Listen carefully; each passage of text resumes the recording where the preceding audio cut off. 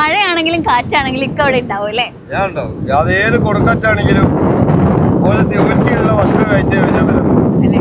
ആ വിസിലൊന്നും അടിക്കോ? ഈ വിസിലടി ഇട്ടിരുന്നെങ്കിൽ ഇവിടെയുള്ള എല്ലാവരും ഇവിടെ ഉണ്ടാവും കേട്ടോ. കോഴിക്കോട് ബീച്ചിൽ ഇത്രയും പരുന്തുകളെയും കാക്കകളെയും പട്ടികളെയും ഒക്കെ നിങ്ങൾ ഒരുമിച്ച് കണ്ടിട്ടുണ്ടോ? കാണണമെങ്കിൽ എല്ലാ ദിവസവും ഉച്ചയ്ക്ക് 1 മണി 1:30 ആകുമ്പോൾ ബീച്ചിന്റെ ഈ ഭാഗത്തോട്ടേക്ക് വരണം. ഇവിടെ വന്നിട്ട് നമ്മുടെ സ്വന്തം അസീസ്ക്കാണ് കേട്ടോ ഇവർക്കൊക്കെ ഫുഡ് കൊടുക്കുന്നത്. ഞാൻ ആദ്യമായിട്ടോ ഇങ്ങനത്തെ ഒരു കാഴ്ച കാണുന്നത്. ശരിക്കും ഫസ്റ്റ് ടൈമാണ് കാണുന്നത്. കോഴിക്കോട് വന്നിട്ട് ഞാൻ ഫസ്റ്റ് ടൈമാണ് കാണുന്നത്.